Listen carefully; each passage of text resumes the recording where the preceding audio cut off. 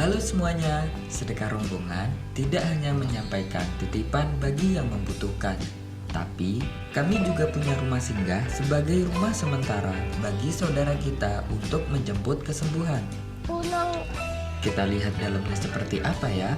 bat Ada ruang tengah. Di sana terlihat ada almari mainan anak, biar para pasien anak ini nggak bosan. Selain itu, juga ada televisi. Ya, sesekali bisalah untuk nonton sinetron. Selain itu, juga ada kamar yang terbagi menjadi dua, kamar anak dan kamar dewasa. Keduanya harus dibedakan karena jenis penyakit yang diderita juga berbeda. Ada juga dua kamar mandi dan dapur. Kadang di sini para pasien dan kurir masak bareng. Biar akrab lah, kan tak kenal maka tak sayang. Para perawat juga punya ruangan sendiri. Dan almari ini menyimpan berbagai macam obat-obatan. Secara rutin, perawat mengecek kesehatan para pasien dampingan. Tidak hanya itu, sedekah rombongan juga mempunyai unit usaha mandiri, yaitu Kangen Water Sedekah Rombongan atau disingkat Kawasero. Nah, itu tadi adalah gambaran singkat apa saja isi dari rumah singgah sedekah rombongan. Di rumah singgah ini, kamu juga bisa menitipkan langsung sedekahmu melalui kurir yang berjaga. Salam tembus langit.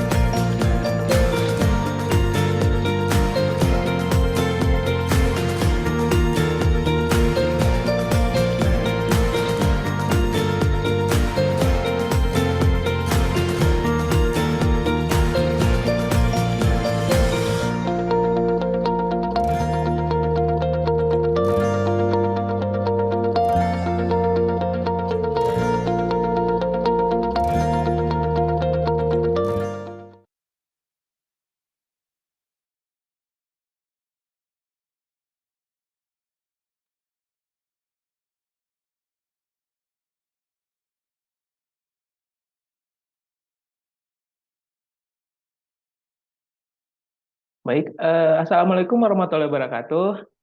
Alhamdulillahirabbil alamin wassalamu ala isrofil anbiya'i wal mursalin wa ala alihi wa sahbihi ajmain amma ba'du. Segala puji bagi Allah, Tuhan semesta alam. Semoga selawat dan keselamatan tercurahkan selalu kepada Nabi dan Rasul termulia, Nabi Muhammad SAW, keluarga dan sahabat-sahabat.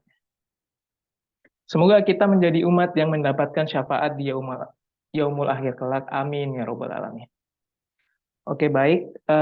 Sebelum kita melangkah lebih jauh, alangkah baiknya kita memulai acara vibrasi pada malam hari ini dengan membaca basmalah bersama-sama.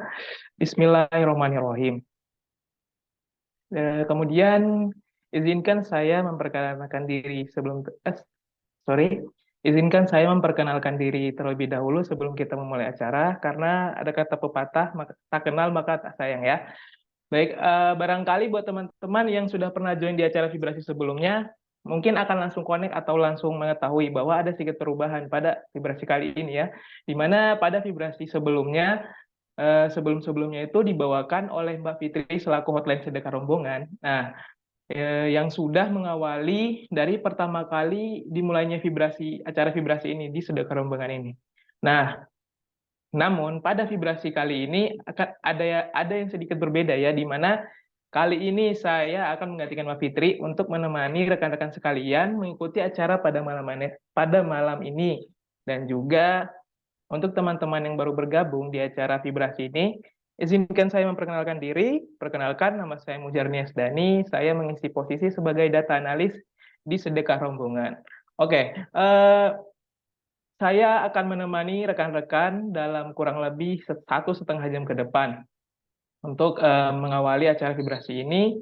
Kemudian, oh ya, sebelumnya sedikit menginformasikan juga bahwa ini adalah pertama kalinya saya menjadi MC atau pembawa acara dalam acara vibrasi. Oleh karena itu, mohon maaf jika terdapat kekurangan dalam membawakan acara malam ini. Semoga dengan adanya sedikit perubahan ini tidak akan menghambat jalannya acara vibrasi kali ini ya. Baik, saya ucapkan kembali selamat datang di vibrasi pertama di tahun 2023 bersama pembicara kita yang sangat luar biasa yaitu Kang Januar Asari yang nanti mungkin akan mengisi atau memberikan pengetahuan-pengetahuan atau ilmunya ke depannya ya. Kemudian sebelum menyapa pembicara kita yang luar biasa pada malam hari ini, kita sapa dulu rekan-rekan nih yang sudah hadir melalui kolom komentar. Nah, kira-kira rekan-rekan ini dari mana saja? Coba sebutkan siapa saja, dengan siapa saja dan dari mana asal rekan-rekan yang sudah join ke dalam acara vibrasi ini. Oke, coba mari kita lihat di kolom komentarnya. Ini ada Tutik dari Jogja, halo Kak Tutik. Kemudian ada Ahmad dari Sragen. Kemudian, wah ada yang dari Kendari juga, dari Sulawesi ya. Kebetulan saya juga dari Sulawesi. Kemudian ada yang dari Surabaya, ada Mina dari Yogyakarta, kemudian ada yang dari Cipanas, wah Masya Allah ya banyak. Kemudian, wah ada yang dari Bandung Barat, mantap-mantap. Ada Ciamis, wah oke. Saya ingin menginformasikan juga bahwa para kurir sedekah rombongan itu sudah tersebar dari ujung Indonesia sampai ujung Indonesia, bahkan sampai ada yang dari Papua. Nah, itu sudah banyak banget kurir dari berbagai wilayah yang ada di Indonesia ya. Kemudian sempat kemarin juga ada beberapa peserta dari Papua juga ya. Itu sangat luar biasa sekali ya. Bagaimana para para peserta bersemangat untuk mengikuti acara vibrasi ini nantinya. Kemudian,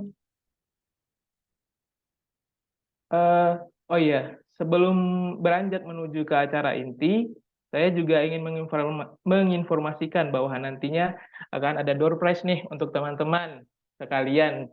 Nah, caranya bagaimana agar bisa mendapatkan door prize tersebut? Yaitu adalah dengan cara mengirimkan pertanyaan-pertanyaan melalui kolom chat selama acara berlangsung.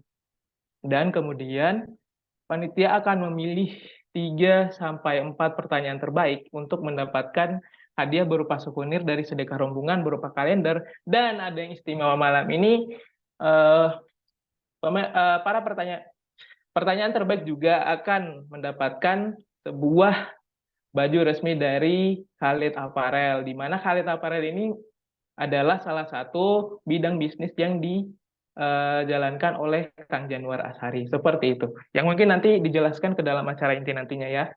Kemudian, oh ya, vibrasi kali ini tuh bisa dibilang istimewa ya. Nah, kenapa istimewa? Karena vibrasi kali ini tuh merupakan vibrasi yang pertama di tahun 2023.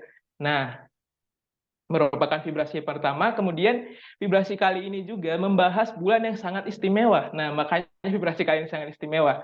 Bulan apakah itu? Ya teman-teman udah tahu ya dari itunya. Bulan yang istimewa ini adalah bulan suci Ramadan. Nah, vibrasi kali ini akan membahas mengenai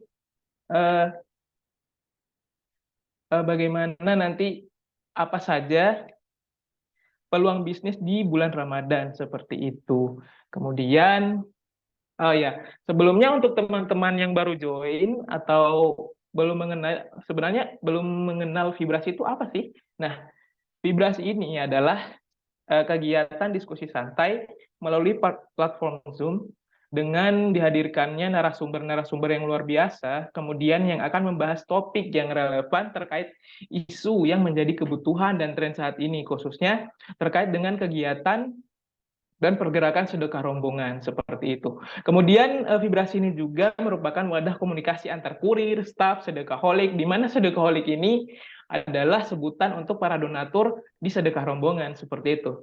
Nah, serta masyarakat umum untuk lebih mengenal sedekah rombongan. Seperti itu. Dan rekan-rekan sekalian, mohon izin nantinya selama acara berlangsung, mohon dapat di mute mic-nya terlebih dahulu dan dipersilakan unmute ketika dipersilakan seperti itu. Kemudian masuk ke pembahasan tema. Seperti yang teman-teman tahu, pada bulan Ramadan itu eh, sangat banyak ya orang-orang yang buka usaha baru, mencoba-mencoba usaha, tiba-tiba emang rame, emang rezekinya di situ gitu loh. Nah, tema acara kita malam ini adalah membahas mengenai peluang bisnis di bulan Ramadan. Di mana bulan Ramadan itu seperti yang kita tahu ya, adalah bulan yang suci bagi umat Islam yang sangat dinantikan kehadirannya ya. Bahkan setelah bulan suci Ramadan usai pun langsung kangen dan rindu nih sudah mendambakan kehadirannya dengan berdoa supaya bisa bertemu kembali di bulan suci selanjutnya seperti itu. Kemudian eh, selain diwajibkan berpuasa, setiap muslim diharapkan meningkatkan kualitas dan kuantitas ibadah dalam bulan suci Ramadan. Nah, dalam perspektif ekonomi, bulan Ramadan itu dapat dijadikan sebagai momen untuk berwirausaha. Karena ya seperti teman-teman tahu ya, bulan Ramadan itu adalah bulan yang penuh berkah. Makanya dalam beberapa perspektif, mungkin bulan Ramadan itu adalah bulan yang sangat tepat untuk dijadikan momen untuk teman-teman yang ingin mencoba berwirausaha seperti itu. Bahkan kita bisa menjumpai banyak pedagang dadakan di bulan Ramadan, mulai dari ibu-ibu, ibu mahasiswa, bahkan hampir semua golongan masyarakat ingin mengambil momentum berharga di bulan yang suci ini. Nah, pada umumnya mereka berdagang kuliner ya khas Ramadan kayak pakaian muslim atau perlengkapan ibadah dan sebagainya. Eh, ke- Kemudian kebutuhan dan konsumsi yang meningkat selama bulan Ramadan menjadi peluang yang besar kalau bisa dimanfaatkan dengan baik, tentu saja akan menghasilkan banyak keuntungan ya. Eh, Membahas peluang bisnis di bulan Ramadan ini, nah pada kesempatan vibrasi kali ini kita akan dibersamai oleh Kang Januar Asari untuk belajar serta mengetahui apa saja sih peluang bisnis di bulan Ramadan. Nah, Kang Januar ini merupakan seorang entrepreneur yang telah berbisnis sejak 2016. Wah, nah beliau juga sudah terjun ke berbagai jenis bisnis ya. Sedikit bocoran juga, Kang Januar ini menamatkan pendidikan Polman Bandung, lalu melanjutkan studinya di BINUS Jakarta. Nah, sebelum full time menjalankan bisnis, Kang Januar ini adalah seorang karyawan swasta, tepatnya di PT Astra Honda Motor selama 14 tahun. Wow sekali ya. Mulai dari tahun 2007 hingga tahun 2021. Nah, selama masih bekerja sebagai karyawan, beliau juga membangun bisnis pada tahun 2016 dengan mendirikan Khaled Apparel. Kemudian beliau juga membuka bisnis kuliner yaitu berupa bubur ayam beneran, dan juga pada tahun 2021 juga membuka usaha baru di tahun 2022 kemarin yaitu warung Jeban. Nah, wah akan sangat menarik sekali ya nanti untuk mengetahui bagaimana atau proses apa saja yang sudah dilalui beliau tentunya uh, dalam menjalankan bisnisnya. Nah, mari kita langsung saja sapa Kang Januar. Assalamualaikum Kang Januar. Waalaikumsalam warahmatullahi wabarakatuh, Mas Waalaikumsalam. Fajar. Alhamdulillah. Selamat malam Kang Januar. Bagaimana kabarnya Kang? Alhamdulillah sehat, baik, baik. Alhamdulillah. Siap-siap Kang, siap Kang. Oke, saya dan Kang Januar sebelumnya sudah sempat bertemu ya melalui virtual juga, sempat berdiskusi mengenai bagaimana pembahasan tentang acara vibrasi nanti malam ini nantinya. Kemudian sepertinya saya juga dan teman-teman sekalian ini atau rekan-rekan sekalian ini sudah tidak sabar ya Kang dalam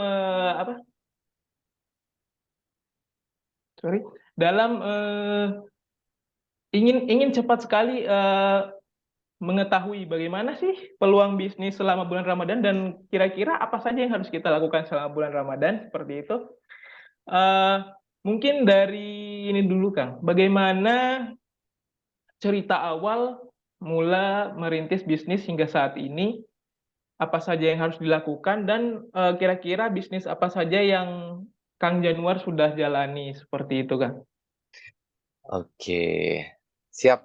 Baik. Terima kasih Mas Muhjar ya, Mbak Mei dan kawan-kawan sedekah rombongan. Salam kenal sebelumnya ya, tadi udah dikenalkan kembali nama Mas Muhjar. Saya izin menyapa teman-teman yang ada di sini ya, mungkin sebelum saya jelaskan.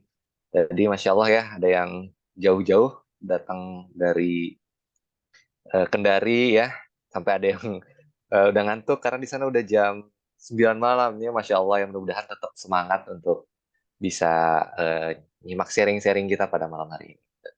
Oke, mungkin biar nggak terlalu lama, nggak berlarut-larut, saya izin cerita ya bagaimana saya membangun bisnis sampai dengan saat ini gitu. Tadi dikatakan oleh Mas Muhjar, saya membangun bisnis dari 2016.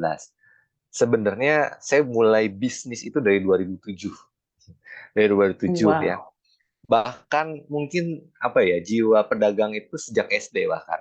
Karena dari SD senangnya jualan, dititipin sama ibu dulu ya, permen. Terus saya sering jualan gitu ya. Pokoknya nggak pernah berhenti lah, nggak pernah diem gitu. Nah, 2007 pertama kali saya masuk Astra waktu itu juga merasa karena mental pengen hobinya dagang gitu ya. Jadi tiap tahun tuh selalu ada aja bisnis ya, 2007, 2008, 2009 gitu ya. Mulai dari jualan keripik gitu, terus jualan pot, nah itu juga pernah ya, Iya jualan Kang.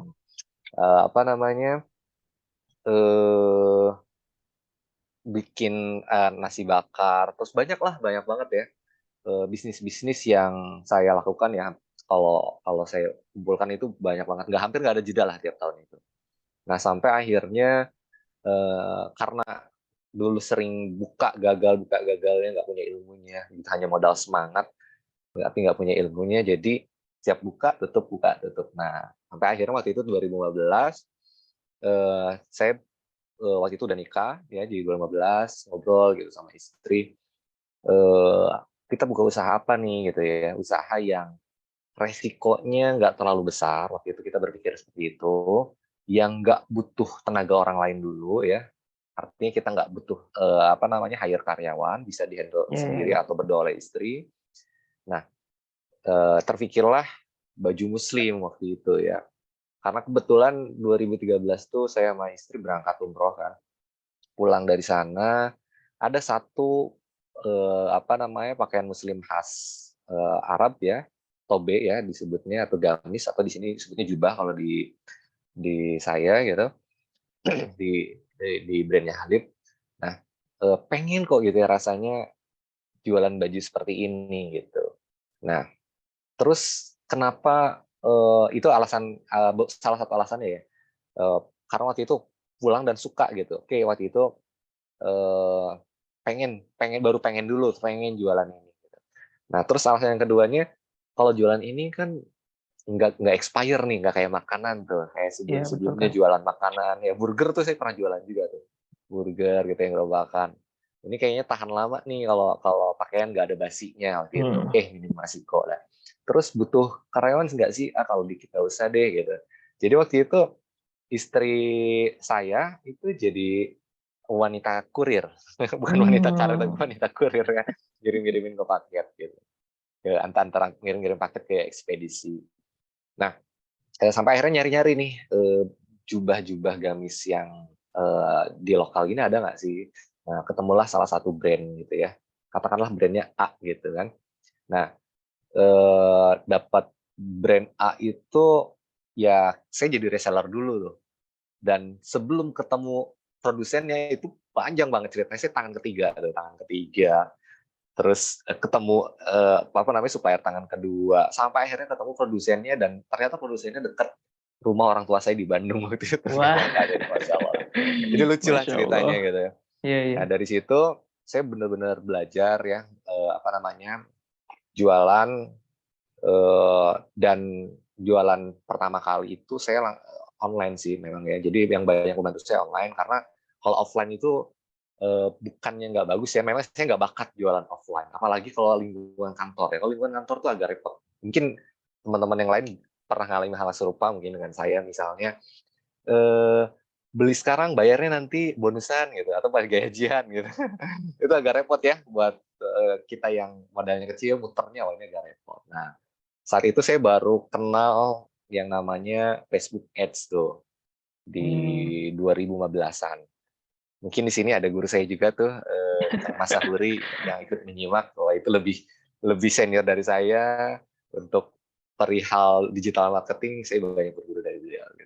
Nah, singkat cerita, saya jualan tuh di Facebook dengan budget yang rendah waktu itu. Kok ini ya, apa namanya, gampang ya jualan lewat internet waktu itu. Seneng banget gitu, cepet banget. Dari modal, saya itu inget ya, jadi reseller pertama kali itu modal saya itu sekitar 700.000, dapat 5 baju kalau nggak salah ya, 5 baju. Wow. Saya jual lagi ya, jual lagi, saya putar terus tuh. Dari apa namanya, keuntungan tadi.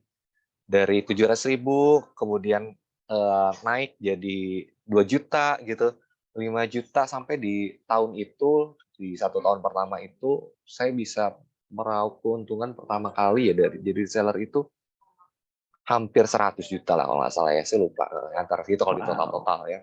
Dan itu hanya jadi reseller gitu. Iya. Jadi reseller karena kan kita mulai dulu dari resiko yang paling kecil. Gitu. Resiko yang paling minim, oke, jadi reseller gitu. Nyetaknya juga nggak banyak-banyak, waktu itu paling banyak nyetak sampai akhirnya sih sempat 200 bisnis sih, karena waktu itu udah mulai banyak orderan. Dan sampai di satu titik apa namanya, saya ketemu seorang penjahit yang sekarang berpartner sama saya gitu, sampai dengan saat ini. Mungkin memang ini udah takdirnya ya, jalan dari Allah, tapi ini saya kalau inget itu tuh selalu apa ya, senyum-senyum aja gitu, Masya Allah gitu ya, takdir Allah, skenario Allah tuh luar biasa gitu. Jadi waktu itu ketemunya bahkan di tempatnya si brand A ini gitu. Ngelihat saya belajar banyak, si penjahit ini nanya ke saya, Mas jualan ini gitu, kalau mau jahit langsung aja ke saya, katanya gitu, pelan-pelan ngomongnya kan. Saya nggak ada kepikiran waktu itu mau bikin gitu, kayaknya ribet deh gitu kalau mau jadi produsen. Akhirnya ya udah deh, tukeran nomor handphone, simpen, kita kembali masing-masing, saya tetap jualan. Nah, sampai di satu titik waktu itu dapat orderan banyak, cukup banyak dari Makassar waktu itu tuh. Dari Makassar order banyak. Nah, saya order juga dong ke produsen ini. Tapi produsennya nggak bisa memenuhi permintaan waktu itu, lama gitu kan. Nah, di situ agak mulai, waduh, repot nih kalau bergantung ke apa namanya, brand yang waktu itu memang secara kuantitinya nggak terlalu banyak gitu ya, atau mungkin sudah banyak habis terserap gitu. Akhirnya waktu itu ingat, oke deh, kontak si ini apa namanya, penjahitnya untuk ajak kerjasama. Alhamdulillah saat itu 2016 tuh, saya ingat bulan Juli tanggal 27 itu kita produksi pertama. Nggak terlalu banyak, produknya hanya ada 8 model, nggak nyampe 200, tapi ya alhamdulillah kita jadi punya brand sendiri. Waktu itu foto modelnya saya sendiri gitu, yang motoin istri. Jadi dulu lucunya waktu saya jadi reseller, foto saya yang pakai modelnya saya sendiri itu diambil sama si brandnya. Wah, luar Mereka biasa punya ini, loh, itu foto saya jadi kemana-mana. Iya. Dan pakai kamera seadanya yang masih blur-blur gitu, itu masih itu ya, jualan gitu ya. Itu di tahun 2015 2016. 2016 tuh masih sampai 2017 lah ya, kalau nggak salah, saya masih modelnya sendiri gitu. Pokoknya semua serba sendiri. Belajar ngiklan juga, jualan sendiri, nggak punya karyawan. Nah, di 2018 2019 ya, itu baru tuh mulai hire karyawan dulu satu, terus kita mulai sewa foto model, terus kemudian bangun sistem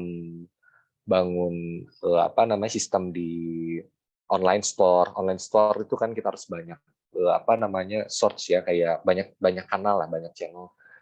Website kita bangun terus Facebook ya, Facebook dulu, Facebook, website, lalu kemudian ada Instagram, main Instagram, terus berkembang ke sini ada marketplace ya, Shopee, terus dulu ada Bukalapak, terus Tokopedia sampai TikTok. Seperti itu Mas Muhjar, untuk apa namanya cerita bagaimana awalnya akhirnya saya membangun bisnis ini. Awal mulanya saya dari reseller gitu, Wah, begitu. oke. Menarik sekali ya, Kang. Mulai dari jadi reseller, kemudian hingga menjadi model dari brand sendiri seperti itu ya, Kang. Itu Ya, luar biasa saya sekali, masih Kang. simpen fotonya, nggak saya delete karena itu buat kenang-kenangan. Ah iya, betul sekali, Kang. Emang itu akan menjadi sesuatu yang bakal diingat-ingat nantinya, Kang. Soalnya itu emang Yes. memorable banget, Kang. Oh iya, Kang. Oke ya. Kemudian kira-kira tadi kan sempat ada beberapa kayak bisnis kuliner, ada beberapa bisnis kuliner tuh, Kang.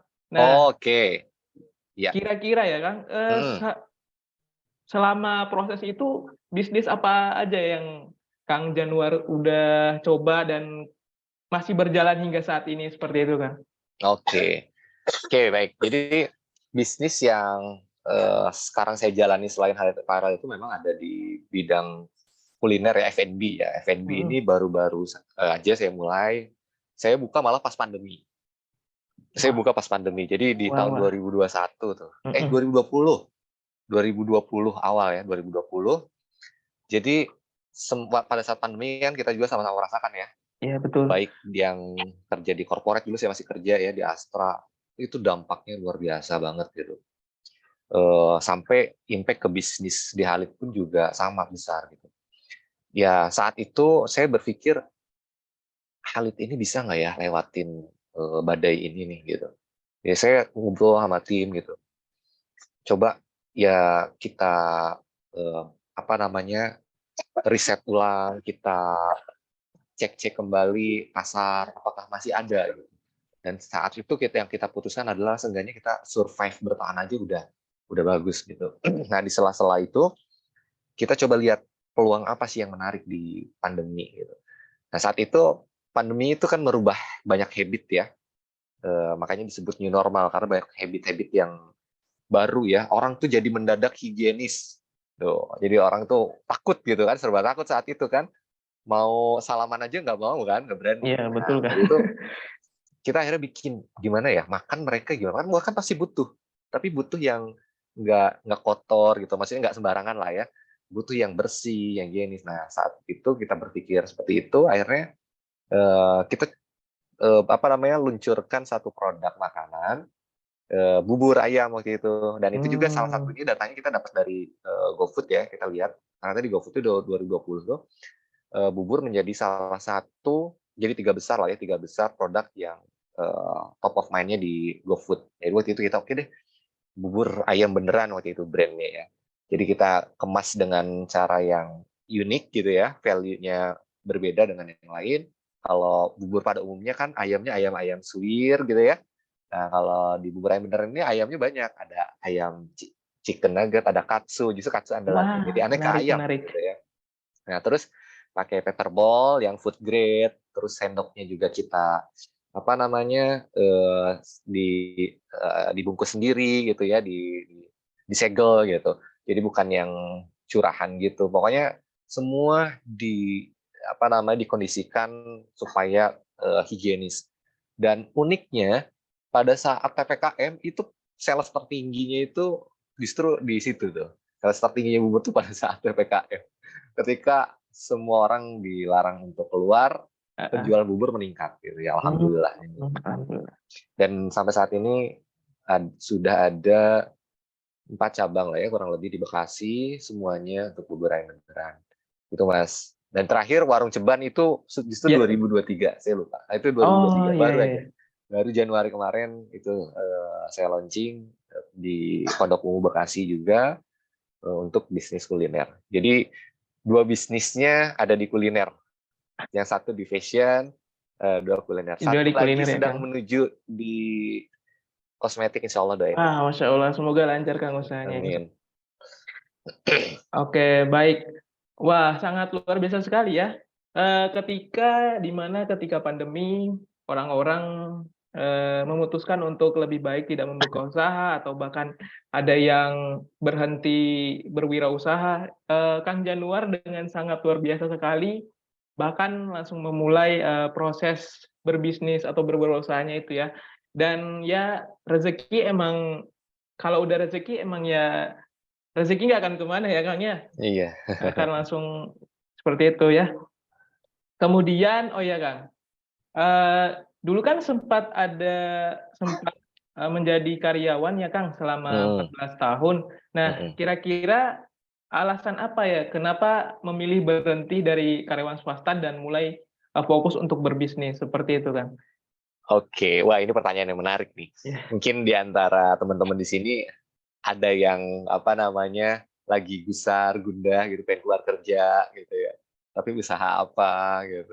Atau udah terlanjur tadi keluar kerja terus apa yang mau dijalanin gitu ya.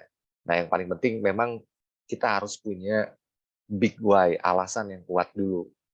Kenapa apa namanya saya memutuskan untuk resign. Saya nggak pengen memprovokasi orang yang sudah saat ini sedang bekerja untuk menjadi pengusaha gitu ya, karena bisa jadi memang jalan hidup terbaiknya memang menjadi karyawan gitu ya. Bukan berarti karyawan itu tidak lebih baik dari pengusaha ataupun sebaliknya, tidak seperti itu gitu. Karena memang kita punya visi misi yang berbeda-beda gitu ya. Ada yang visi misinya jadi apa namanya pengusaha biar full time sama keluarga gitu, atau punya keleluasaan waktu gitu. Ternyata enggak juga, keleluasaan waktu enggak, tuh saya rasain sekarang bahkan lebih ah, sibuk. Nah, dulu alasan saya itu, dulu sempat oke oke. pengen itu, tapi ternyata alasan apa namanya yang memperkuat saya untuk resign hari ternyata bukan itu. Kalau seperti itu sangat rugi hanya untuk mengejar apa ya materi gitu kan. Itu masih menurut saya masih kurang apa besar gitu visinya. Nah, saya belajar dari guru saya ya di kampus pengusaha muslim waktu itu, Coach Faisal Ramli ya. Saya dapat satu materi, mungkin ya di sini ada kalau misalnya ada yang satu alumni di ini ya, mungkin tahu gitu pahamnya. Ada yang namanya visi mati, Mas. Orang itu kalau ditanya visi, pasti visinya tuh visi ya hidup lah ya, jelas ya visinya mau Ya, ya. ngapain gitu ya. Nah, kalau ini adanya visinya visi mati gitu. Wah, Nah, apa sih visi mati gitu? Visi mati itu apa sih yang pengen kita tinggalkan ketika nanti kita mati? Ketika kita meninggal ini kita pengen ninggalin apa sih? Gitu. Kita pengen ninggalin legasi apa gitu. Nah, waktu itu saya tulis ya, saya niatkan kuat-kuat gitu.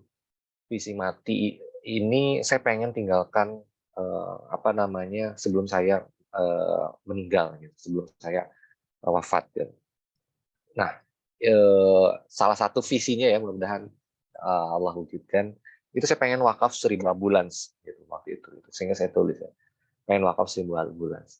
Nah, eh, saya nggak mungkin nih bisa wakaf 1000 ambulans kalau saya jadi pegawai aja. Udah ketakar gitu gajinya, walaupun saya sampai pensiun kayaknya nggak cukup tuh. Nah, sehingga saya kayaknya harus jadi pengusaha deh. Harus jadi pengusaha sukses gitu. Sehingga ya saya bisa wakaf 1000 ambulans itu sangat mungkin ketika menjadi pengusaha gitu. Kalau hitung-hitungan ininya ya apa namanya matematisnya harusnya bisa gitu dibandingkan dengan karyawan. Nah, sehingga alasan itulah yang akhirnya saya waktu itu saya sampaikan ke orang tua, ke mertua, ke istri gitu. Supaya mereka juga ridho gitu. Karena memang terus terang saya keluar juga butuh izin gitu ya. Butuh diskusi, bahkan sempat ditahan sama apa namanya atasan dulu jangan keluar itu sampai setahun waktu itu ya. Nah, akhirnya itulah yang coba saya kuatkan lagi gitu untuk menjadi alasan saya resign gitu. Tapi tentunya resign-nya by design dengan apa namanya perhitungan yang matang. Misalnya contoh, biasanya kalau kita jadi pegawai ngambil rumah gitu ya, mungkin mesti punya cicilan. Nah, lunasin dulu tuh cicilan, jangan sampai lu punya hutang gitu. Itu. Punya mobil mungkin juga jangan sampai berhutang. Pokoknya sebisa mungkin tidak ada hutang. Sehingga nanti ketika kita keluar dan penghasilan kita mengandalkan dari usaha itu udah nggak ada kewajiban bayar hutang sana sini ya, tinggal apa namanya urusan rumah tangga aja, mungkin bayar restoran dan lain sebagainya. Karena yang namanya usaha itu nggak bisa flat kayak gajian kita di kantor ya, terus dapat Iya. gajian usaha tuh bisa jadi kita hari ini dapat besar, besok bisa nggak jadi nggak dapat sama sekali. Nah seperti itu sih kurang lebih alasannya Mas Muhajar. Wah, sangat menginspirasi sekali ya Kang. Mulai dari adanya yang menarik tadi itu tentang visi mati Kang. Itu keren banget sih menurut saya. Soalnya ya memang ketika ingin memutuskan untuk fokus ke suatu hal itu memang harus memiliki sesuatu yang berbeda dengan orang lain gitu kan. Jadi hal yang berbeda itu malah menjadi sesuatu yang apa ya, menjadi sesuatu yang menjadi pendorong bahkan penyemangat ketika yang lainnya kayak gini-gini aja kayak, "Wah saya harus berbeda nih dengan yang lain." Nah itu menjadi suatu hal yang menarik sekali sih. Kemudian tadi juga, salah satunya yang menarik juga tadi itu pembahasan mengenai wakaf 1000 ambulan. Masya Allah itu keren sekali Kang. Doain, Eee, doain. saya doakan semoga wakaf tersebut, segera terlaksana ya Kang. Amin ya rabbal Amin alamin. ya robbal alamin.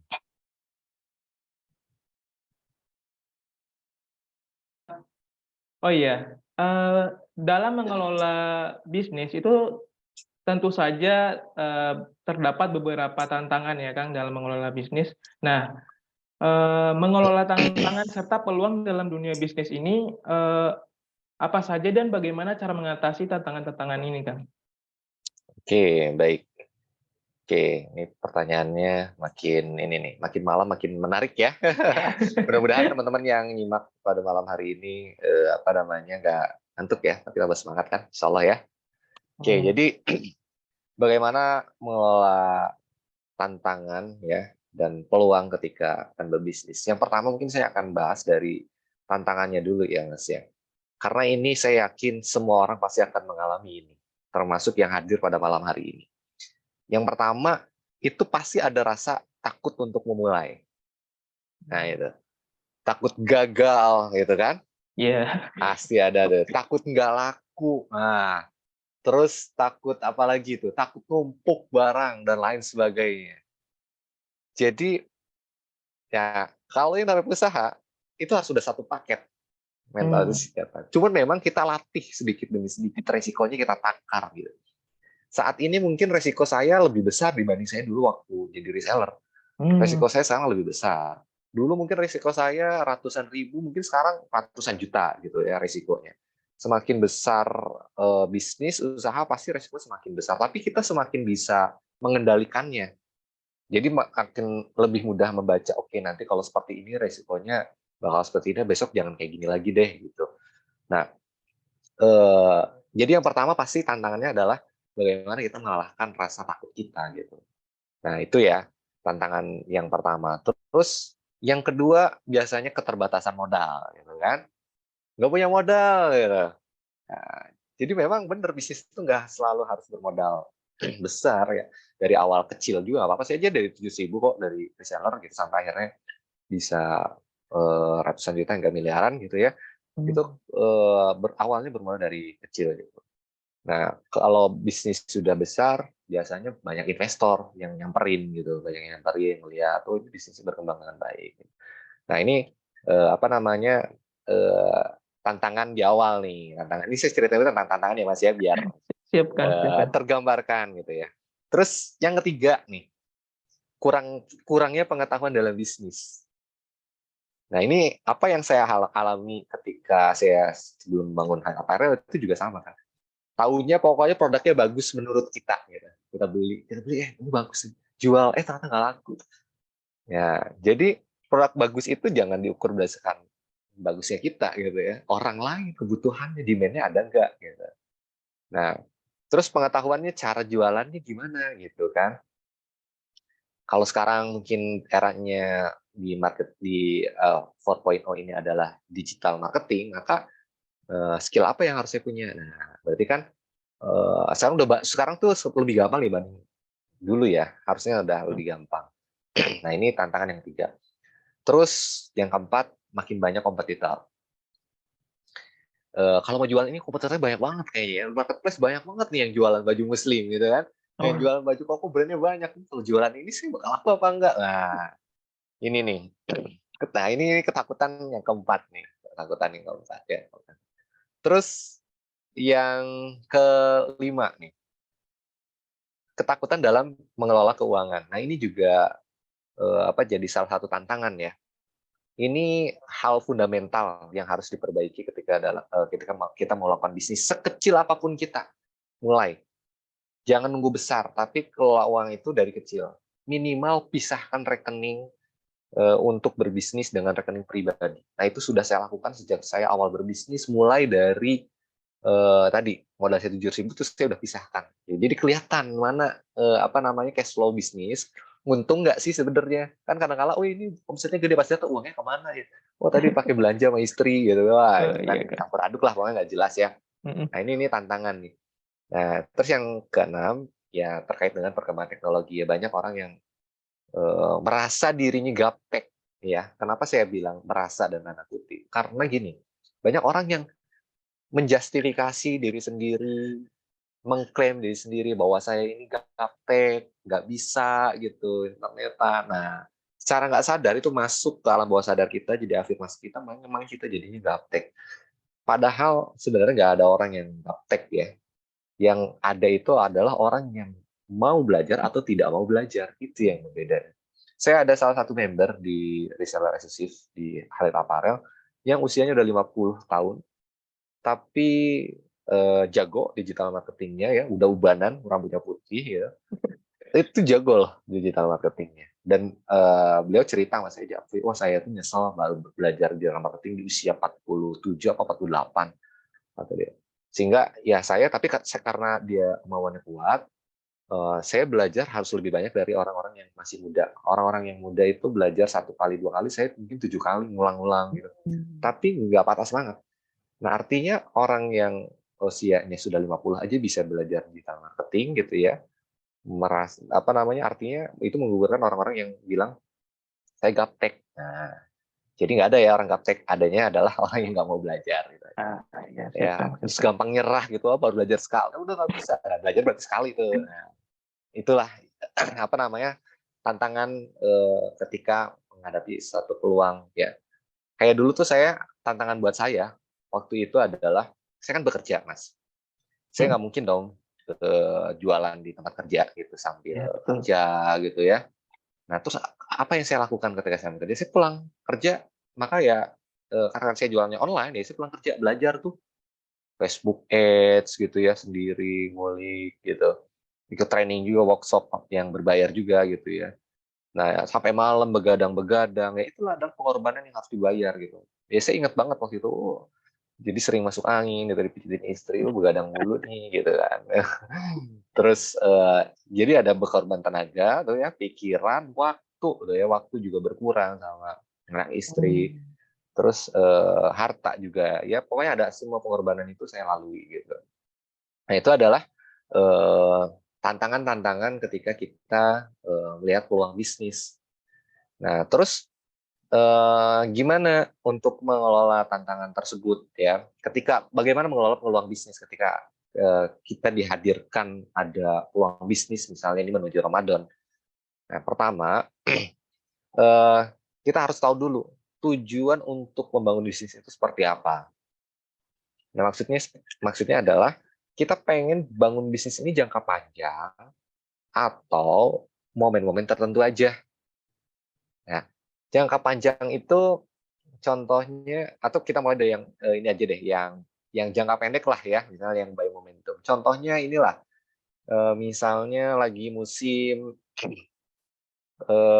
ini sepatu sneakers misalnya, karena lagi hype, oke saya jualannya itu gitu. Tapi mungkin hype-nya hanya setahun bertahan gitu. Udah deh, besok nggak jualan lagi. Besok ganti lagi.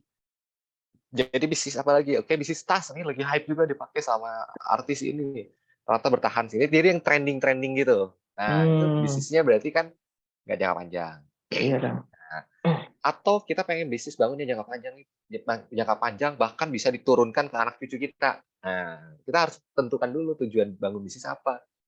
Ya kan ada yang ya saya nggak tahu ya, ada yang mungkin ya udah saya cukup ini aja apa namanya yang by momentum aja, ada yang nggak masalah sih. Tapi ada yang pengen panjang gitu. Nah, itu harus bangun brand gitu ya. Seperti yang saya lakukan di Halo Apparel ini pun juga saya bangun ini untuk jangka panjang. Nah, terus yang berikutnya adalah kita harus setelah menentukan tujuan bisnis, kita harus melakukan riset dulu, riset bisnis. Nah, riset bisnis ini sederhana aja ya. Yang pengen kita bangun ini kita harus riset dulu dari segi produknya gitu ya, terus dari segi market size-nya, kemudian dari segi marketingnya dan lain sebagainya. Nanti kira-kira ini kompetitornya apa namanya ini pasarnya besar nggak sih, Indonesia banyak nggak sih gitu yang suka ini gitu. Nah, itu di riset juga gitu. Nah, terus yang ketiga, kita juga harus mempelajari kompetitor itu siapa aja kalau kita jualan ini. Nah, misalnya jualan baju muslim, nah, kita harus kenal kompetitor kita siapa. Misalnya brand A, B, C, D. Oke, kumpulin tuh semua kompetitor. Kalau perlu beli produknya sih biasanya gitu, riset tuh. Oke, si A ini keunggulannya di sini, B di sini, C. Oke, saya mainnya di E deh gitu. Nah, itu di apa namanya untuk melakukan riset by kompetitor itu cukup panjang lah ya, tapi poinnya itu ya. Nah, terus yang keempat, setelah kita tahu kompetitor siapa, kita juga coba menyusun marketing plan. Nanti marketing plan-nya seperti apa? Misalnya, produk saya mau pakai influencer si A gitu. Kemudian pakai selebgram siapa misalnya. Terus saya mau promosinya di mana? Di TikTok, Instagram, sama di Facebook. Di marketplace juga mungkin gitu ya. Nah, itu juga kita harus tentukan marketing plan-nya, termasuk fotonya harus yang bagus, yang berkualitas dan lain sebagainya. Nah, yang berikutnya kita siapkan juga untuk memperluas networking ya. Networking ini penting banget ya. Ya kayak misalnya kita nih lagi ngobrol di sini, ini juga salah satu bentuk networking, kita berjejaring ya, mana tahu di sini kan ada sleeping investor, kita nggak tahu kan. Wah, menarik.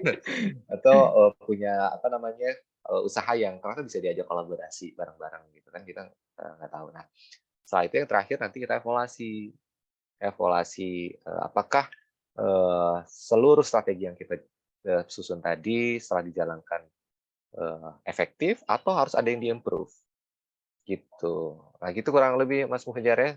Cukup panjang ya, Baik. sorry ya kepanjangan nih kayaknya. Pak, ini panjang tapi sangat-sangat berbobot, Kang. Ini sangat-sangat berilmu sekali ya, penuh ilmu sekali. Baik, ya itu tadi teman-teman, rekan-rekan, sebenarnya tantangan dari proses dalam dunia bisnis ini itu yang paling utama adalah mungkin rasa takut ya, rasa takut untuk mencoba, karena mungkin takut modalnya nggak cukup, atau rasa takut untuk mencoba karena kurangnya pengetahuan dan lain-lain.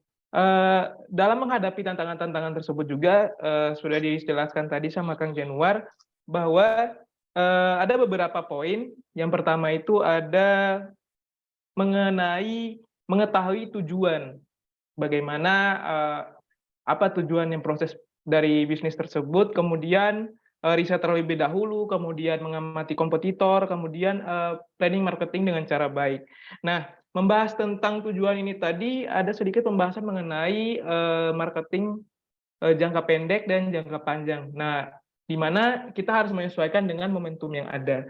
Nah, langsung masuk ke bagian inti dari ininya ya, Kang. Nah, mengapa ketika bulan Ramadan menjadi salah satu momentum bisnis yang menggiurkan, Kang, seperti itu. Oke, baik, kita langsung ke intinya nih. Banyak yang nunggu tadi saya lihat di kolom Iya. pertanyaannya. Gimana cara ini? Saya izin minum dulu sebentar ya, Mas. Siap, Kang? Oke, bagaimana apa namanya melihat peluang di bulan Ramadan ya? Kenapa banyak sekali sih yang buka usaha di bulan Ramadan? Oke, kalau teman-teman misalnya browsing ya di Google gitu, peluang usaha bulan Ramadan, wah itu banyak tuh. Sebenarnya saya pernah pilih 20 peluang usaha di bulan Ramadan. Atau cek di Google Trend lah. Google Trend 5 tahun terakhir. Biasanya peningkatan penjualan produk tertentu itu justru naik signifikan di saat bulan Ramadan. Termasuk ketika pandemi kemarin. Ya. Jadi kenapa bisa tinggi ya? Karena memang demand-nya saat itu apa namanya sedang tinggi-tingginya ya. Orang tuh banyak kebutuhan, banyak keinginan yang ingin dibeli gitu ya. Di samping memang bulan Ramadan itu penuh keberkahan ya. Sehingga saking berkahnya bikin para pedagang itu senangnya, wah masya Allah lah ya. Yang bisa jadi apa namanya penjual dadakan gitu ya. Jadi karena memang demand-nya saat itu tinggi ya, semua orang tuh ya mungkin mengekspresikan kesenangannya, kegembiraannya dengan ya pengen beli sana sini. Dan Ramadan itu banyak barang-barang yang apa namanya nggak ada di bulan-bulan lain. Misalnya bukan nggak ada ya, hampir nyaris nggak ada lah ya katakan gitu ya. Kalau misalnya nggak ada banget tuh contohnya ini kayak kolak pisang. Kolak pisang tuh kalau nggak di bulan Ramadan nggak ada tuh, ya kan? Iya, Hanya di betul, Kang. bulan Ramadan gitu. Kalau kurma di bulan yang lain ada, tapi momentum tingginya pasti Ramadan. Kenapa? Karena memang kan sunahnya bulan Ramadan buat puasa kayak kurma. Nah, ya orang-orang yang mindsetnya pebisnis pasti ya eh, untuk membaca ini mudah gitu. Oke, ini peluang bisnis gitu. Bahkan eh, saya pernah belajar sama Pak Bi ya. Mungkin kenal ya Pak Subiakto, pakar branding tuh, Pak Bi. Jadi Pak Bi itu pernah cerita waktu saya ikut workshopnya, Promah, itu tahu Promah? Promah itu penjualannya hanya hijau pada saat bulan Ramadan. Hijau itu artinya keuangannya positif, profit itu Ah, hanya pada saat Ramadan. hmm. Terus di bulan-bulan lain itu merah semuanya, merah. Artinya penjualan di bulan Ramadan itu menutupi operasional 1 tahun. Hmm. Menutupi ya kalau bulan-bulan berikutnya rugi nggak apa-apa kan hitungin tahun. Setelah tahun ini gimana? Oh positif. Kenapa positifnya? Positifnya ternyata ditolong sama 1 bulan di Ramadan itu. Dan uniknya kenapa hanya bulan Ramadan? Jadi berdasarkan data, ini kan datanya bicara seperti itu ya. Jadi kata beliau bilang seperti ini. Setiap masuk Ramadan banyak orang yang punya mindset kalau Ramadan nanti kan puasa itu pasti mah kambuh nih gitu kan. Nah, sehingga orang tuh banyak nyetok tuh mah. Iya, Padahal belum betul, Kang. tentu kambuh juga mahnya gitu, tapi banyak nyetok. Nah, sehingga penjualan itu meningkat di bulan Ramadan. Di Ah, bulan-bulan biasa di bulan di luar Ramadan itu penjualannya nggak bagus, bahkan minus katanya sih penjualan seperti itu. Nah, makanya memang unik nih. Ya, kalau kita cermat membaca data gitu ya, orang lihat habitnya apa sih di bulan Ramadan. Oh, habitnya mudik. Oh, pasti kalau mudik itu ada apa nih? Oh, jasa sewa mobil meningkat tuh. Atau apalagi atau kesehatan atau apapun lah ya pokoknya yang berkaitan itu banyak banget sih kalau mau di browsing ya. Nah, iya. salah satunya adalah baju muslim. Baju Mm-mm. muslim ini nggak bisa dipungkiri Ramadan memang puncak tertingginya. Bahkan saya sempat meragukan di pandemi kemarin ya karena memang pandemi itu kan ya pokoknya udah nasional lah ya dunia makan kan. Wah ini ragu tuh. Biasanya saya panen Ramadan bisa nggak? Ternyata masya Allah Ramadan itu benar-benar bulan yang penuh dengan keberkahan gitu ya. Wah, Masya Jadi Allah.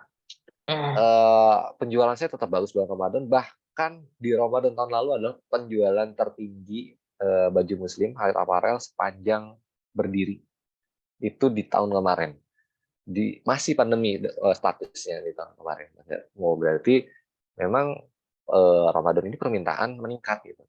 Ya sama halnya tahun ini ketika misalnya ada isu resesi kan gitu digaungkan sejak tahun kemarin. Tapi demand itu sudah mulai kelihatan gitu ya. Apalagi saya kan sebagai ini ya penjual baju muslim gitu ya.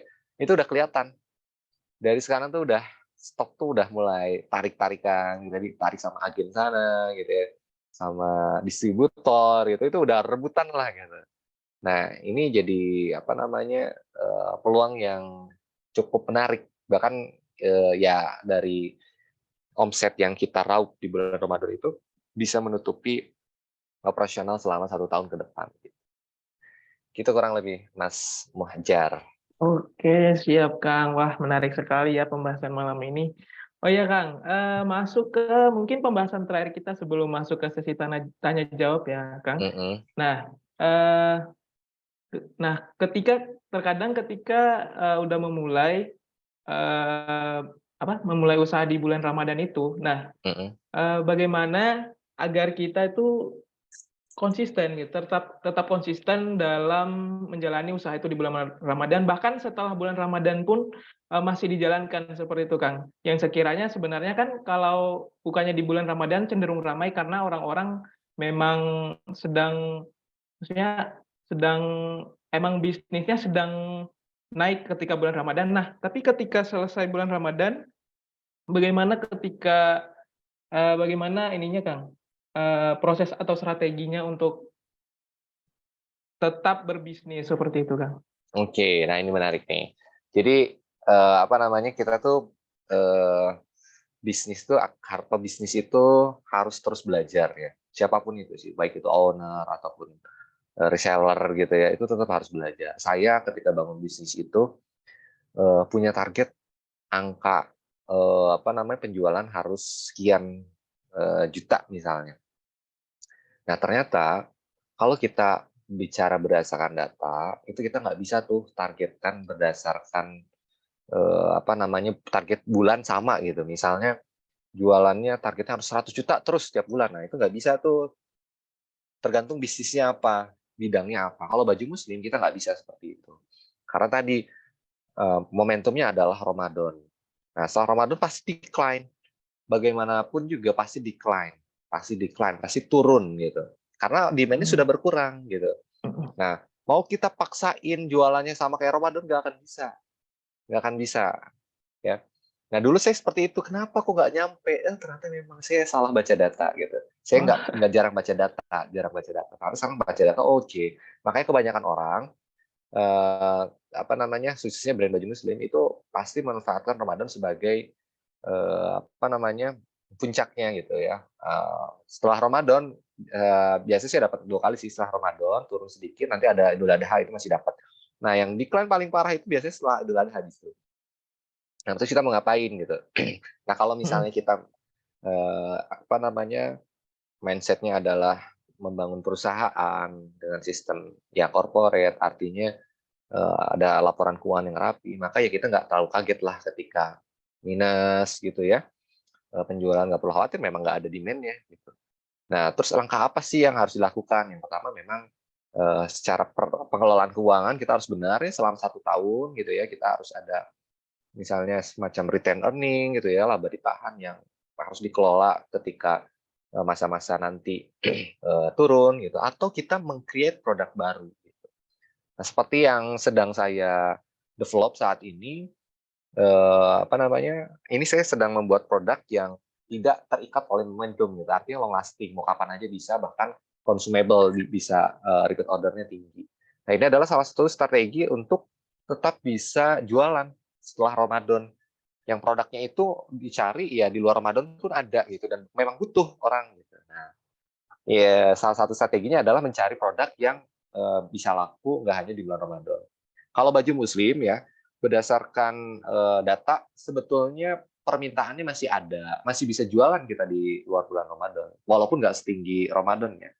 Ya, jadi kenapa masih bagus? Karena memang penduduk, apa namanya, di Indonesia ini kan mayoritas muslim ya, jadi buat jualan baju muslim itu nggak terlalu sulit. Hanya saja permintaannya berkurang. Misalnya yang di bulan Ramadan kita bisa dapat 1 M, di, bulan-bulan biasa mungkin ya 100 juta gitu. Kayak gitu Mas Muhjar. oke, baik. Wah, sangat menarik sekali ya, Kang. Emang membahas tentang bisnis ini mungkin tidak ada habis-habisnya, Kang. Sangat banyak sekali hal-hal menarik yang dapat dibahas. dari materi bisnis ini. Oke, mungkin tadi pembahasan terakhir kita, Kang.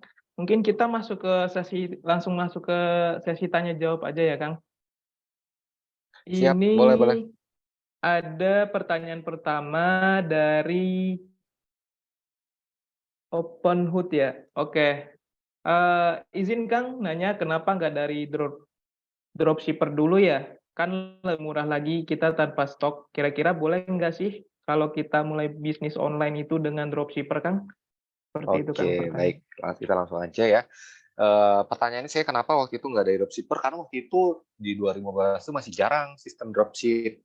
Itu kalau dibilang belum ada lah. Itu baru populer mungkin 2018-an ya, 2018-an ya populer dropship itu. Saya waktu 2015 belum ada, jadi mau nggak mau nyetok waktu itu. Jadi ya punya margin dikit. Nah kalau sekarang eranya era dropshipper gitu, bahkan affiliate.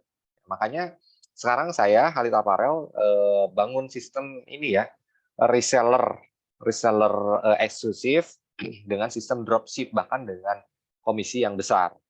Jadi reseller tuh nggak perlu nyetok produk, bahkan diajarin cara jualannya. Ya sekarang alhamdulillah di resellernya Halid itu udah hampir 300-an ya. Banyak pendaftaran. Kemarin tuh padahal tahun lalu di Juli itu mungkin saya tuh nggak terlalu gencar buka reseller ya. Mungkin reseller saya mungkin hanya 20-an waktu itu. Tapi banyaknya saya distributor sama agen waktu itu. Nah, baru akhir tahun kemarin buka pendaftaran reseller dan ternyata banyak yang daftar ya. 300 orang ya. Daftar reseller di Halid ini berbayar karena memang banyak dapat benefitnya ya. Pertama, benefitnya diskonnya besar, setara dengan agen, bahkan ini 30% tanpa perlu nyetok, dan dapat akses pelatihan gratis lifetime tuh, seumur hidup Facebook Ads tuh. Terus belajar TikTok Ads, belajar bikin website, belajar landing page, itu adalah hal-hal semua yang sudah saya lalui sampai dengan saya sebesar ini, itu yang saya lakukan ada di situ semuanya gitu. Bahkan workshop yang saya ikut premium gitu ya, kayak workshop Pak Bi ya yang nilainya puluhan juta, workshop Kang Dewa juga, workshop banyak lah ya. Itu saya bagikan di situ juga untuk materi-materinya. Jadi untuk sistem dropship kalau di Halid ada sekarang. Oke, siap. Itu bagi teman-teman yang ingin menjadi dropshipper dari Khalidnya langsung, mungkin bisa langsung kontak-kontakan sama Kang Junior ya. Nanti Oke. saya kasih linknya di kolom chat. Wow, itu boleh Kang. Akan di-share linknya nanti untuk yang ingin menjadi dropshipper, akan di-share linknya oleh Kang Junior di kolom chat nantinya ya. Kemudian, sebelumnya saya ingin memperjelas ya, tadi pertanyaan tadi merupakan salah satu dari pertanyaan terbaik yang sudah dipilih oleh para panitia, di mana pertanyaan tadi berhak mendapatkan souvenir dari SR berupa kalender dari SR ya. Itu untuk pertanyaan pertama. Kemudian untuk pertanyaan kedua terbaik yang akan mendapatkan juga souvenir dari SR, itu beliau dari Bu Tutik ya, bertanya, memulai bisnis dengan jadi reseller, cara menentukan produk yang tepat atau prospek dan produsen atau kerjasama dengan siapa, bagaimana ya Kang? Mohon maaf, bisa diulangi Mas Muhajir? Baik, memulai bisnis menjadi reseller, inti dari pertanyaan ini adalah bagaimana cara menentukan produk yang tepat, serta produsen atau kerjasama yang tepat dalam menjadi seorang reseller, seperti itu Kang. Oke, cara mencari produknya ya? Iya Kang. Oke, ini sebenarnya banyak cara ya. Kalau saya sih pertama riset dulu dari seberapa besar market size tadi, sepertinya yang pernah saya sampaikan tadi tuh. Apa cara mengelola itu kan pertanyaannya, artinya bagaimana mengelola peluang usaha gitu kan, ya ada peluang usaha nih. Bagaimana cara milihnya? Pertama kita lihat dulu, kita kepoin dulu tuh brandnya. Misalnya kan banyak ya, kita lihat Instagram. Oke, oh ini produknya ini. Katakanlah Halid misalnya ya. Oke, ngepoin produknya Halid gitu. Oke, lihat di Instagramnya, oke followernya sekian, produknya ini. lihat, coba lihat di apa namanya, media sosial lainnya, ada nggak sih produk-produk yang seperti ini? Oh, ternyata apa namanya, nggak terlalu banyak nih kalau baju muslim ini. Misalnya Khalid ini kan saya brand positioning-nya ada di Gamisep ya. Gamis setelan Pakistan sama jubah gitu. Nah, coba deh teman-teman cek. Banyak nggak yang jualan baju muslim itu gamis setelan dan jubah? Itu belum banyak, tidak sebanyak koko. Kalau baju koko tuh banyak banget gitu ya. Nah, baju koko ini juga apa namanya, peluang juga ya, peluang.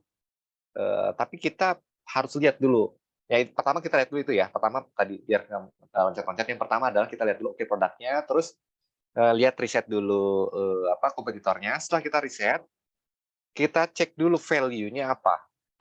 Value brand tersebut apa? Apa yang membuat produk ini berbeda dengan produk yang lain? Apa yang membuat brand ini berbeda dengan brand lain? Nah, saya ambil positioning seperti itu. Khalid saya bangun seperti itu.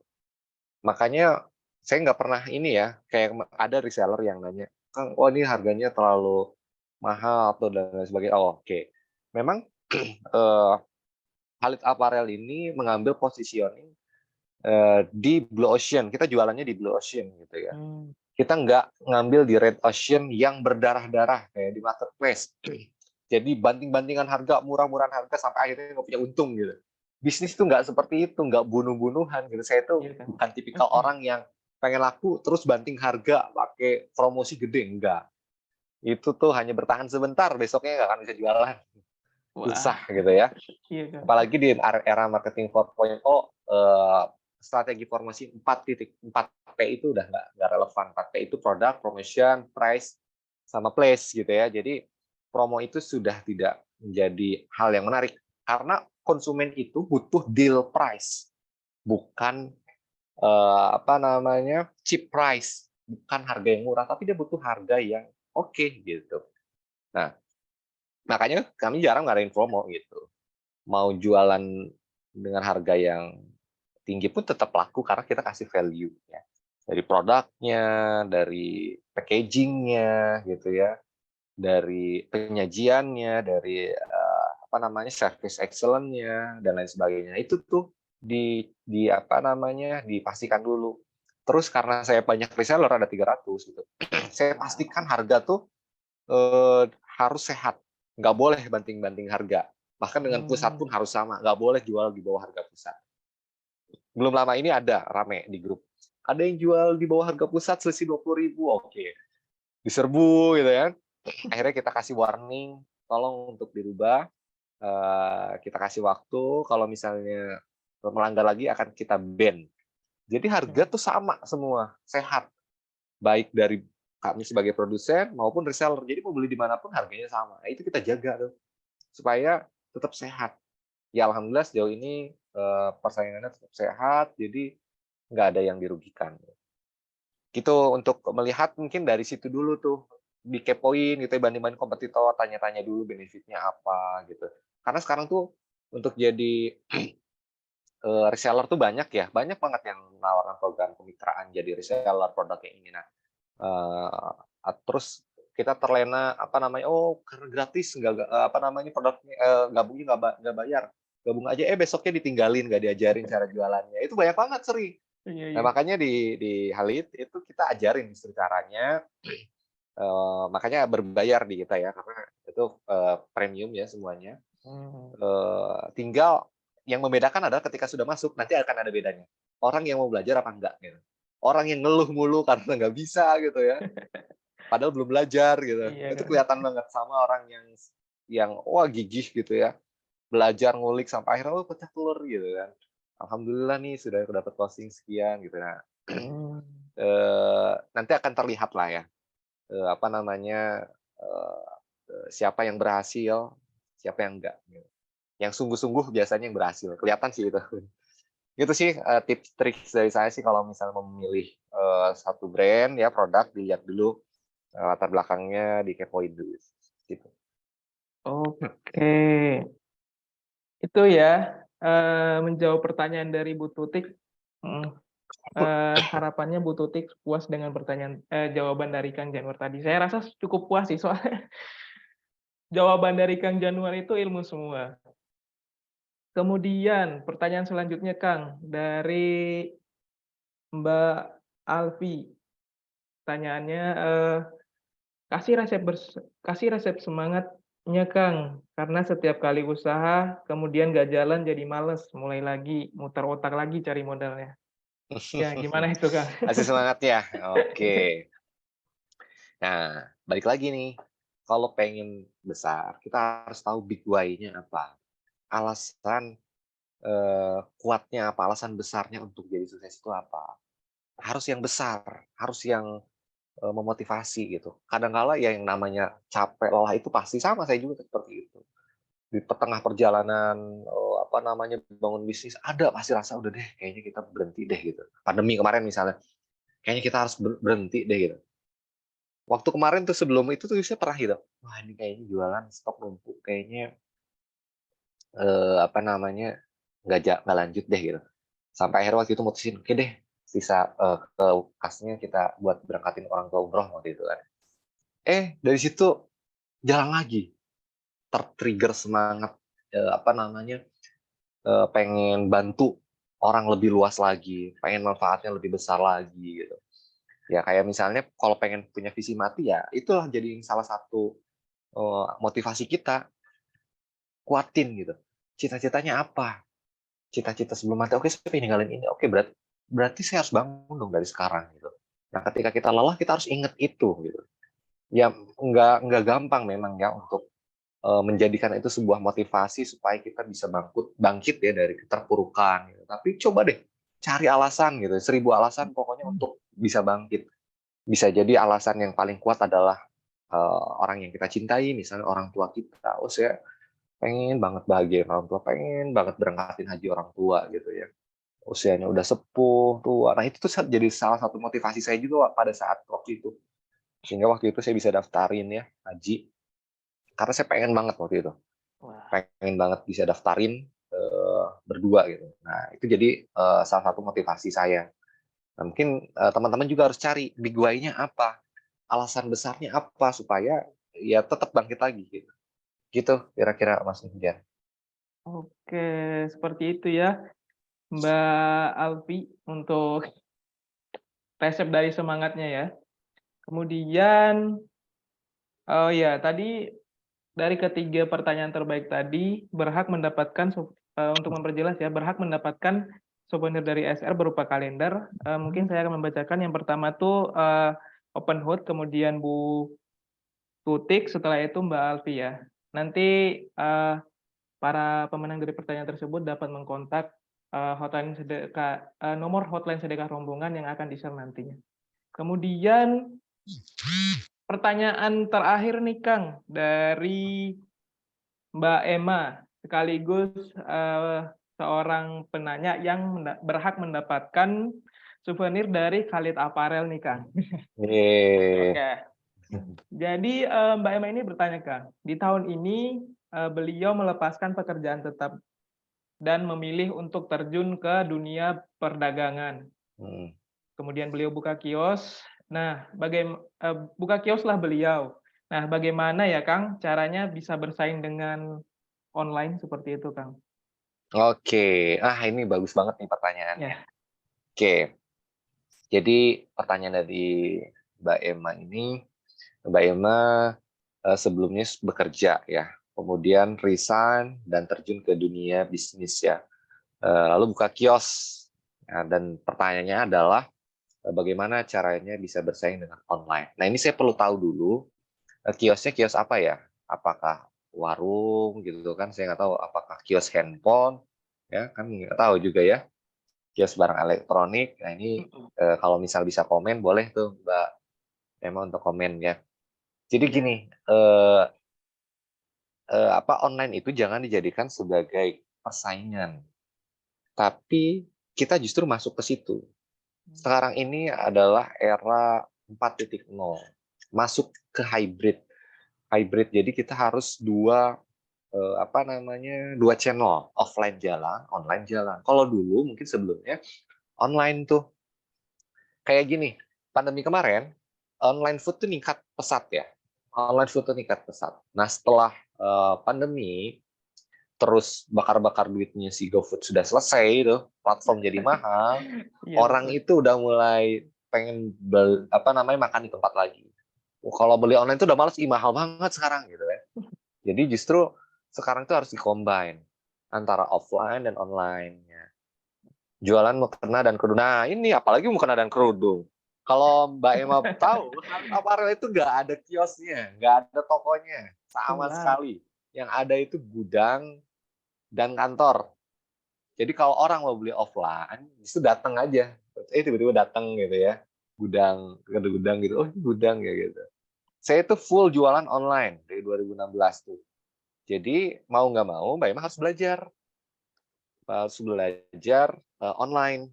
Karena kita itu tidak bisa melawan arus. Kayak misalnya gini, yang kalau kita melawan arus kita pasti kalah. Kayak Gojek lah dulu. Ingat nggak pertama kali ada Gojek, diprotes sama tukang ojek di mana-mana. Nggak boleh masuk tukang ojek sini. Wah, kalau masuk dipukulin gitu. Iya kan. Sampai akhirnya semua mengikuti kan. Mengikuti perkembangan teknologi. Jadi perubahan teknologi itu jangan dilawan, tapi diikuti. Kita yang harus beradaptasi. Kita yang harus agile, lincah gitu, berubah. Jadi jangan sampai kita tuh berpikir, oh udahlah pokoknya jualan yang saya tahu itu offline. Nah itu kan berarti membatasi diri ya. Membatasi diri udah saya sampai sini aja. Dan merasa nanti ngeluh jadinya ngedumel, oh saya nggak laku nih gara-gara online. Nah, nggak seperti itu. Tapi justru kita masuk ke dunia online. Ya, seperti yang tadi saya jelaskan, apa namanya, untuk belajar ini nggak ada hambatan usia. Yang penting mau belajar. Yes. Kemauannya kuatin dulu gitu. Kayak member saya yang di Reseller Shift itu ya di Halid, usia 50 tahun nggak menghalangi itu. Jualan online bahkan buka jasa pembuatan website. Wah luar biasa itu dari belajar otodidak, dari belajar sana sini. Jadi mau nggak mau kita harus buka akses. Kayak jual mukena dan kerudung ini sangat potensial sekali kalau di dunia ini ya. Apa namanya, digital marketing, tinggal buka aja akun Instagram, Facebook, tuh banyak tuh kan, TikTok, terus apalagi marketplace tuh, Shopee, Tokopedia, website udah buka channelnya. Nah dari situ nanti masih banyak perjalanannya. Ada yang namanya customer journey itu bisa dipelajari lebih detail di sesi khusus lah. Kalau misalnya gabung jadi reseller Halid itu bakal belajar di situ. Wah. Ada ininya, ada pelatihan. Gitu Mas Menjar. Oke, siap. Mbak Ya, ya mudah-mudahan ini apa namanya bisa terjawab. ya. Baik, barangkali, oh ya, barangkali ini akan menjadi pertanyaan terakhir kita ya, Kang Januar, Boleh karena boleh. waktu juga sudah menunjukkan pukul 20, sudah hampir setengah 10 ya.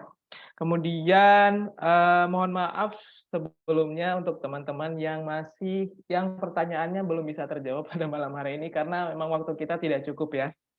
Oke. Sebelum menutup acara kita malam ini, boleh dong Kang Januar memberikan kalimat penutup atau closing statement untuk teman-teman yang sudah hadir di acara malam hari ini. Mungkin itu closing statement dari Kang Junior, mungkin itu closing statement dari Kang Januar sekaligus menjadi penanda ya, bahwa acara ini akan segera berakhir. Oke, monggo Kang. Oke, siap. Baik, ada 2 hal yang pengen saya sampaikan di kesempatan kali ini dan mudah-mudahan bisa memberikan inspirasi buat teman-teman semuanya, memberikan motivasi lebih kuat lagi untuk apa namanya, bercita-cita menjadi pengusaha yang sukses gitu. Yang pertama, eh, teman-teman jangan takut untuk bermimpi besar ya, karena Allah itu maha besar. Kalau mau mimpi itu jangan tanggung-tanggung, mumpung gratis gitu. Segala sesuatu yang besar itu berawal dari yang kecil. Gitu. Maka mulailah eh, dari langkah-langkah yang kecil kita. Misalnya kalau belum punya brand sendiri, maka mulailah dari hal kecil, dari reseller dulu. Dari seperti yang saya jalani gitu ya.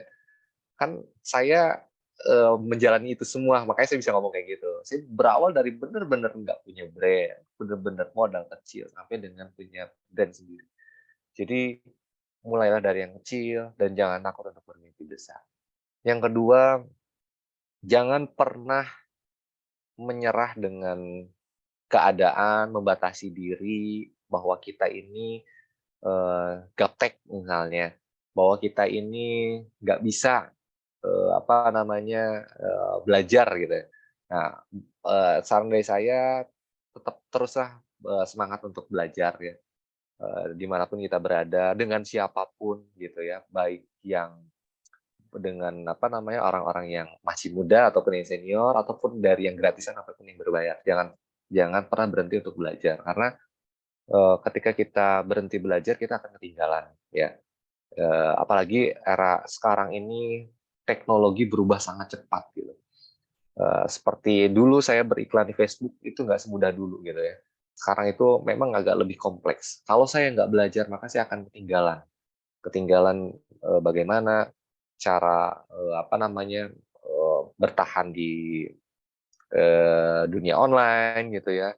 Kemudian juga akan terlibas oleh kompetitor yang lain gitu. Makanya saya terus belajar gitu. Walaupun memang kadang-kadang nggak sedikit ya uang yang harus dikeluarkan, tapi demi tetap bisa relevan dengan eh, situasi dan keadaan saat ini, maka harus update.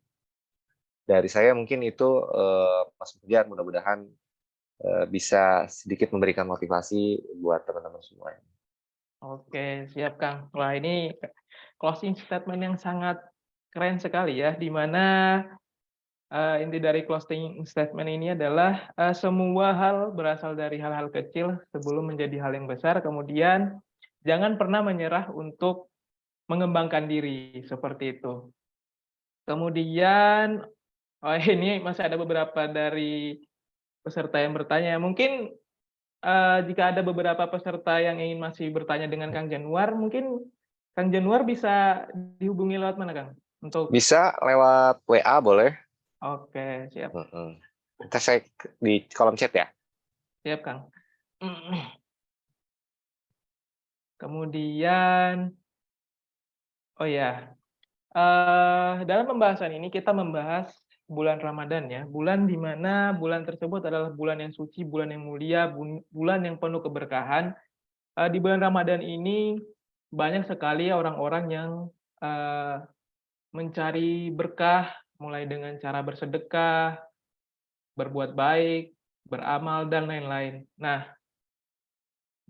bersedekah ini dapat dilakukan dengan cara teman-teman dapat melakukan bersedekah ini dengan melalui sedekah rombongan, di mana sedekah rombongan ini merupakan lembaga sosial yang fokus utamanya adalah membantu duafa sakit untuk berobat.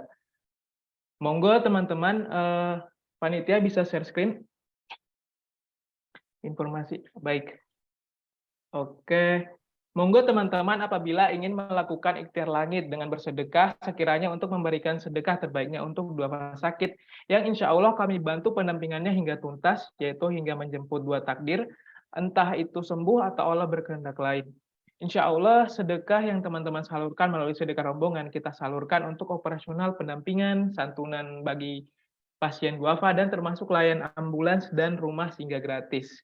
Bagi pasien yang ingin bagi pasien-pasien juga yang berada di pelosok atau pasien yang dirujuk harus keluar kota, seperti itu. Teman-teman bisa melakukan sedekah melalui rekening bank untuk melakukan sedekah, juga bisa melalui scan QRIS ya, untuk mempermudah teman-teman dalam bersedekah. Seperti itu.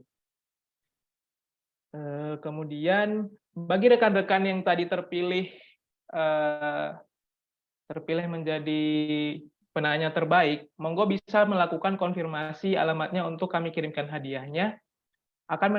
Di mana para peserta akan mendapatkan masing-masing souvenir dari sedekah rombongan dan juga baju dari Khalid Apparel. Nah, silakan konfirmasikan alamatnya ke nomor hotline yaitu 012 966 90 808, seperti itu. Baik, terima kasih Kang Denny untuk materi yang luar biasa. Semoga dengan adanya ilmu, dengan adanya acara ini dapat memberikan ilmu serta memberikan insight serta manfaat untuk kita semua. Amin ya robbal alamin. Terima kasih juga untuk teman-teman yang sudah bergabung di dalam vibrasi pertama pada tahun 2023 ini. Oh ya, untuk teman-teman jangan lupa untuk mengisi evaluasi vibrasi malam ini yang sudah di-share oleh panitia melalui kolom chat untuk mendukung acara vibrasi ini menjadi lebih baik ke depannya, seperti itu. Oh ya, sebelum kita menutup acara kita pada malam hari ini, mari kita berfoto bersama. Diharap untuk teman-teman melakukan on kamera ya, agar kita mendapatkan dokumentasi dari acara kita malam ini. Monggo teman-teman bisa open kamera untuk kita melakukan sesi foto bersama.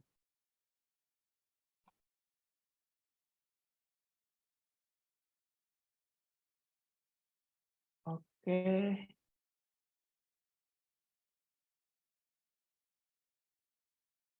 Oke, siap. Oke, nah, mari kita melakukan sesi foto bersama dalam hitungan 1, 2, 3.